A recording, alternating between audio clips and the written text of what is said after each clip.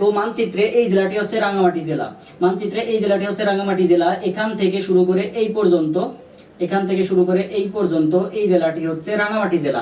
এই রাঙ্গামাটি জেলা দুইটি দেশের সাথে সীমান্ত রয়েছে, এক হচ্ছে ভারত আর একটা হচ্ছে মিয়ানমার। এই রাঙ্গামাটি জেলা দুটি দেশের সাথে সীমানা রয়েছে, এক হচ্ছে ভারত আর এক হচ্ছে মিয়ানমার। তাইলে বাংলাদেশের মোট সীমান্তবর্তী জেলা হচ্ছে 32টি। বাংলাদেশের মোট সীমান্তবর্তী জেলা কয়টি? 32টি। বাংলাদেশের মোট সীমান্তবর্তী জেলা 32টি, যেখানে ভারতের সাথে রয়েছে 30টি। ভারতের সাথে রয়েছে কয়টি?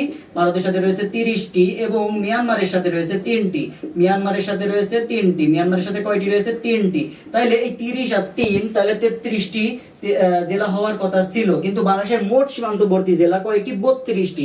কারণ এই যে রাঙ্গামাটি জেলা কমন, এই রাঙ্গামাটি জেলা দুইটি দেশের সাথে সীমান্ত রয়েছে, এক হচ্ছে ভারত, এখান থেকে এই পর্যন্ত হচ্ছে ভারত, আর এদিকে হচ্ছে মিয়ানমার।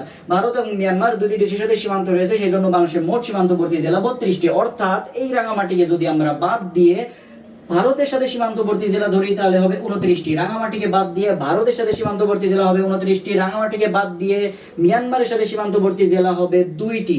29 আর 2 31 এবং রাঙ্গামাটিকে ধরে মোট 32টি সীমান্তবর্তী জেলা রয়েছে।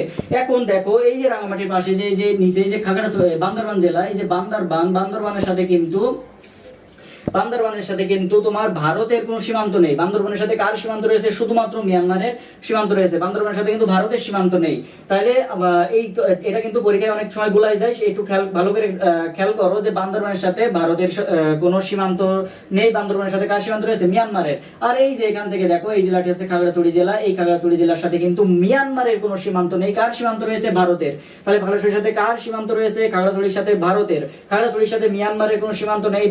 বান্দরবানের সাথে ভারতের কোনো সীমান্ত নেই। আর এই রাঙ্গামাটি জেলার সাথে দুইটি দেশেরই সীমান্ত রয়েছে, এক হচ্ছে ভারত আর এক হচ্ছে মিয়ানমার। এখন এই ছোট্ট একটা ক্লাসের মাধ্যমে আমরা কতগুলো প্রশ্ন পেলাম। দেখো আরেকটা প্রশ্ন হচ্ছে যে এই রাঙ্গামাটি জেলা কিন্তু বাংলাদেশের আয়তনে বৃহত্তম জেলা। রাঙ্গামাটি জেলা বাংলাদেশের আয়তনে বৃহত্তম জেলা। বাংলাদেশের মোট সীমান্তবর্তী জেলা 32টি। কতগুলো প্রশ্ন পেলাম? দেখো বাংলাদেশের মোট সীমান্তবর্তী জেলা 32টি, ভারতের সাথে আছে 30টি, মিয়ানমারের সাথে আছে 3টি, টোটাল 33টি হওয়ার কথা ছিল। কারণ রাঙ্গামাটি যেহেতু দুইটি দেশের সাথে সীমান্তবর্তী জেলা রয়েছে, সেজন্য সীমান্ত রয়েছে দুইটি দেশের সাথেই, সেজন্য তোমার হচ্ছে মোট সীমান্তবর্তী জেলা 32টি। রাঙ্গামাটিকে বাদ দিয়ে ভারতের সাথে সীমান্তবর্তী জেলা রয়েছে 29টি। রাঙ্গামাটিকে বাদ দিয়ে মিয়ানমারের সাথে রয়েছে 2টি। এখন দেখো এই যে বান্দরবানের সাথে ভারতের কোনো সীমান্ত নেই, আর এই খাগড়াছড়ির সাথে মিয়ানমারের কোনো সীমান্ত নেই, আর এই রাঙ্গামাটির সাথে দুইটি দেশেরই সীমান্ত রয়েছে। এবং আরো একটা তথ্য পেলাম যে আয়তনে বাংলাদেশের বৃহত্তম জেলা হচ্ছে রাঙ্গামাটি। এই ছোট্ট একটা ক্লাসের মাধ্যমে আমরা এতগুলো তথ্য পেলাম। আমরা এই কনসেপ্টটা একটু ক্লিয়ার রাখো, তাহলে ঢাকা বিশ্ববিদ্যালয় সহ যে কোনো বিশ্ববিদ্যালয় বা যে কোনো পরীক্ষায় তোমার সাধারণ জ্ঞানে খুব ভালো একটা মার্ক তুমি তুলে আনতে পারবে। এই ছোট্ট একটা কনসেপ্ট তুমি ক্লিয়ার রাখো।